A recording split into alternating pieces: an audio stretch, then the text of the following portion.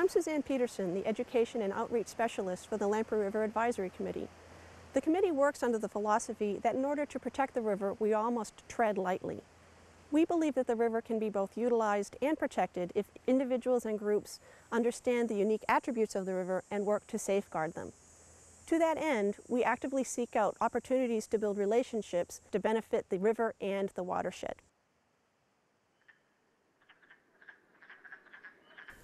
Vernal pools are important pieces of the big picture that connect the river and its surrounding landscape. Vernal refers to springtime, and in the spring, these pools teem with living things that breed nowhere else. The Lamprey River Advisory Committee realizes that studying vernal pools is important for the river. In 2010, the Lamprey River Advisory Committee and Newmarket High School got together to work on a project that would help make a positive difference for the local environment. Their teacher, Linda Albright, realized that by studying and documenting vernal pools, the students could reach that goal.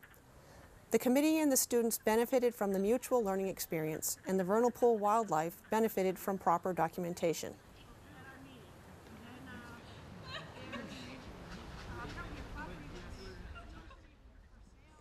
Vernal pools are important feeding stops for several of New Hampshire's threatened turtle species. These pools are often difficult to detect and therefore difficult to protect. Some of these pools contain water for only a few months each year, and often the forest canopy hides them from aerial views. Not all temporary wet areas are vernal pools. By state definition, the site must contain certain indicator species, such as wood frogs, spotted salamanders, or fairy shrimp. It must not have fish or wetland plants that indicate the presence of permanent water. To be classified as a vernal pool, the site must be visited and documented. This is why the students' work is so important. At the beginning of the year, I showed a film to the students about frogs in peril in general around the world. Several days later, one of the students in the classroom came to me and asked if we could do a project that would help save the frogs. She was very touched by this video. And I promised her that we would do something, though I wasn't quite sure what the project would look like by the time the year was over. The state of New Hampshire was really looking for people to participate in a survey of vernal pools in the state, because if you don't know it's there, how can it be protected? So that was the basis of this. If we can learn where those vernal pools are and document what's in them, then we have a better understanding of what we might lose if that area is developed. I organized this with students by getting them first to look at what vernal pools are visually. We read about them. And then I asked them each to take an organism from a typical vernal pool and become an expert on in that particular organism. Meanwhile, Suzanne had a lead on a pristine vernal pool that was found in Lubberland Creek.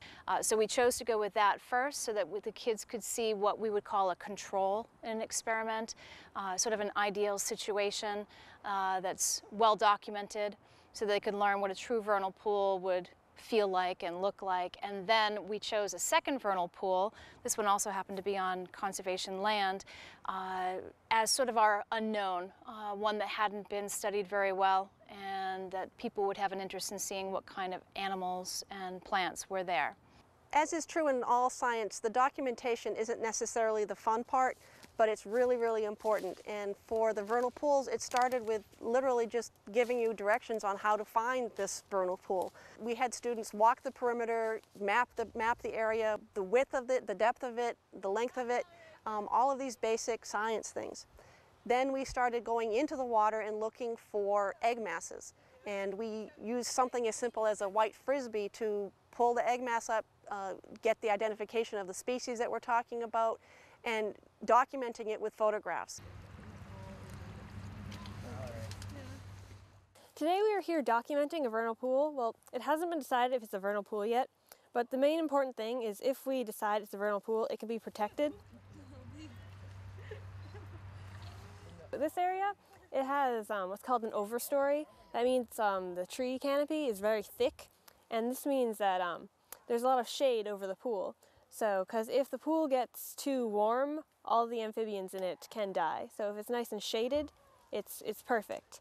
And my job was to draw the perimeter around the vernal pool, which But I had a very hard time doing that because of all the growth in this area. Alright, so I really liked going in the water. It didn't seem that very deep at first, but then I sunk into the dirt and like came above my waders, so my legs got filled up with water. But I like to be out in nature and exploring, and find it to be pretty fun. Where are we gonna go? Maybe we should go under logs and stuff. Like About 48 degrees Fahrenheit and 8 degrees Celsius. When you're wading right through the water and getting waist deep, you really get a different perspective on what needs to be protected. Here, and then I poured it out and then saw it.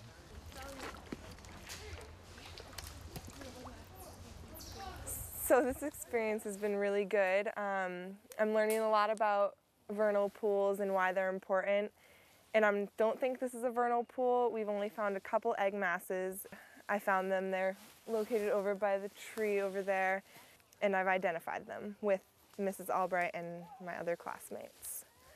One of my favorite moments from the second trip we took in May is that there were two vernal pools, sort of neck and neck.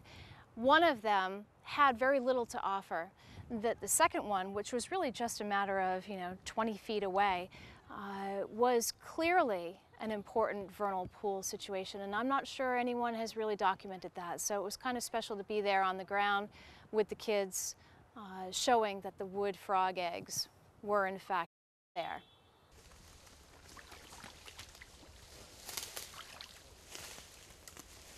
Down at what we think is the vernal pool, we haven't officially made our classification yet. There's definitely no fish, which is a good sign for a vernal pool. But the fact that it was spread out and had a lot of growth in it was also a good sign for a marsh. So that's where our classification issues will lie, is whether is this more of a marsh or a vernal pool. Call it the Jefferson blue spotted because you can't tell until you do DNA analysis on them. I spent most of my time looking for salamanders or newts under logs around the edge. And we found a fair amount of red striped, but we didn't find any blue spotted or Jefferson salamanders, which are the typical ones that are indicative of a vernal pool. So we're looking for these two, especially, because they show up a lot in vernal pools. So we're looking for these two.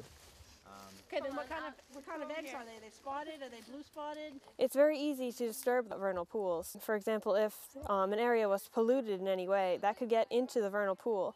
And since amphibian eggs, they just have a very thin coating on them, they could just die straight away. So we really need to not develop on areas where there are vernal pools, because we need to protect the species that live in them. And as well, other species come into the vernal pool, like turtles. Endangered turtles come into this very area just to eat the eggs so they can survive and they can move on to the next pool. And vernal pools, oftentimes they make almost like a chain of pools so that little amphibians like salamanders and frogs can go from one pool to the other. But when we destroy some of the pools, we break the chain so they can't go as far as they used to. So they're stuck in one area until they're cornered, and just development is just killing all of them. So it's very sad.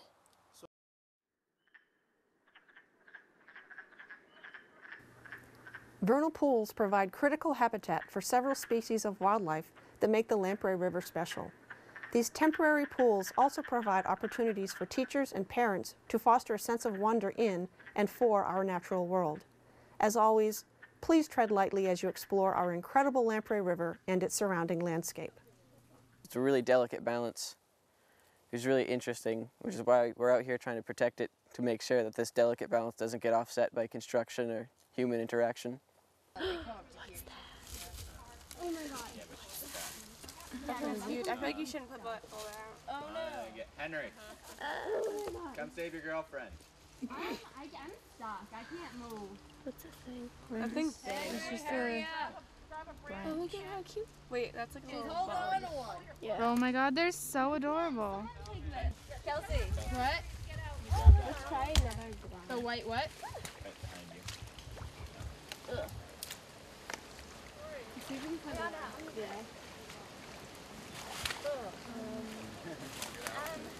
Henry's coming. He's over here.